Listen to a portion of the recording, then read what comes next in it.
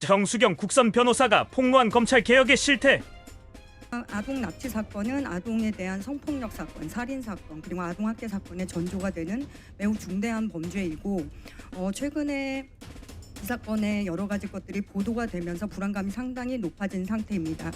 여러 가지 아동에 대한 교육 그리고 공동체의 어떤 이런 안전의식과 민감성을 키우는 것도 문제지만 가장 직접적으로는 범죄 피해자들이 범죄를 당했을 때 얼마나 공권력의 보호를 받고 있느냐, 이게 문제일 것 같습니다.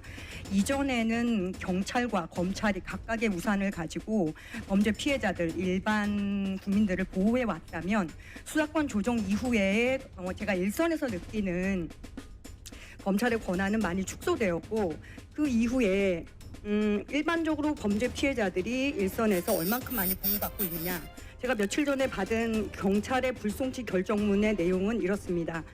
피해자 중간간 당했다고 주장한다. 피의자는 안 했다고 주장한다.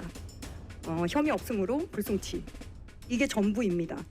만약에 일반 국민들이, 일반 범죄 피해자들이 검찰과 경찰의 두 가지 우산 중에서 여러분들께서 검찰의 우산을 뺏으시려면 그 우산의 역할을 할 수 있는 경찰의 우산을 더 강하게 하시든지 더 크게 하시든지 아니면 다른 어떤 보조 수단을 주셔야 되는 거 아닙니까? 수사권 조정하실 때 여러분들 약속하셨어요. 일반 피해자들에게 불이익이 없게 하겠다고. 그러나 일선에서 제가 수사 과정과 재판 과정에 참여하는 피해자를 대리하는 국선 변호사로서 저는 그걸 느끼지 못하고 있습니다. 여러분 수사권 조정하실 때 뭐라고 약속하셨나요? 일반 국민들에게 아무런 해가 없을 거라고 약속하시지 않으셨습니까? 여러분들께서 만약 범죄 피해자로서 이따위의 불송치 결정문을 받으신다면 여러분 납득하실 수 있겠습니까?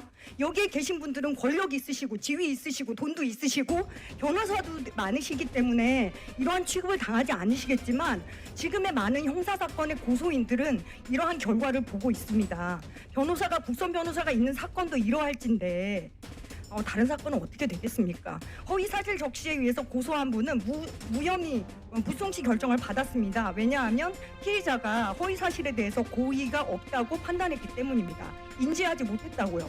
보통 이럴 때 어떻게 처리를 할까요? 저 같은 변호사, 검사, 그리고 능력 있는 수사관이라면 사실 적시 명예훼손이 되는지에 대해서 검토하고 고소인을 어떻게든 도와주려고 할 것입니다.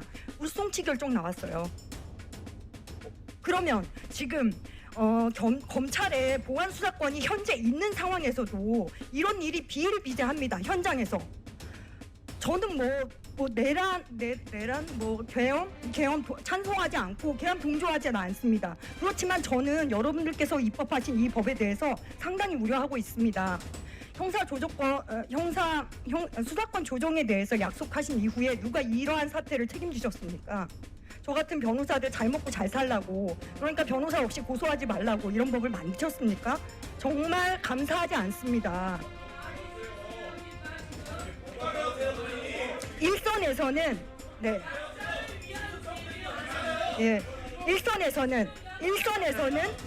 제 말을 막지 말고 들어주세요. 저 집에 가고 싶거든요. 네. 일선에서 수사 과정과 재판 과정을 지켜보는 일개의 변호사로서, 그저 한 사람의 변호사로서 저는 수사권 조정이 일반 국민들에게 유리한 입법이 아니었다고 생각하고 지금 작동해 있는 입법도 일반적인 국민들에게 결코 유리한 법이 아니라고 생각합니다. 정수경 참고인. 네, 정수경 참고인. 자, 정수경 참고인.